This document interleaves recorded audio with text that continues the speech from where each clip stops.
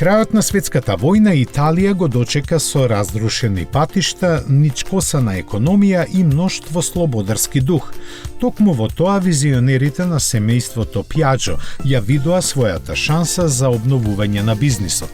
Незадоволни од она што самите можеа да го направат, го ангажираа аеронавтичкиот инженер Корадино ди Асканио, кој ги мразеше моторциклите.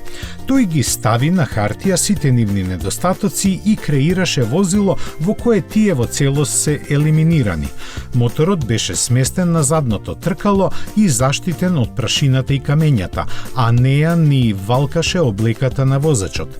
Рамната челична подница овозможуваше да можат да го возат и мажи и жени, а воедно служеше и за превоз на погабаритни и потешки предмети.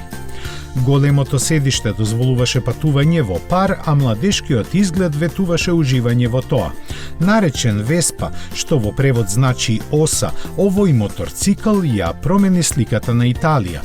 Беше потребно кратко време да стане глобално популарен, овозможувајќи им на другите народи на момент да го вкусат италијанскиот начин на живот.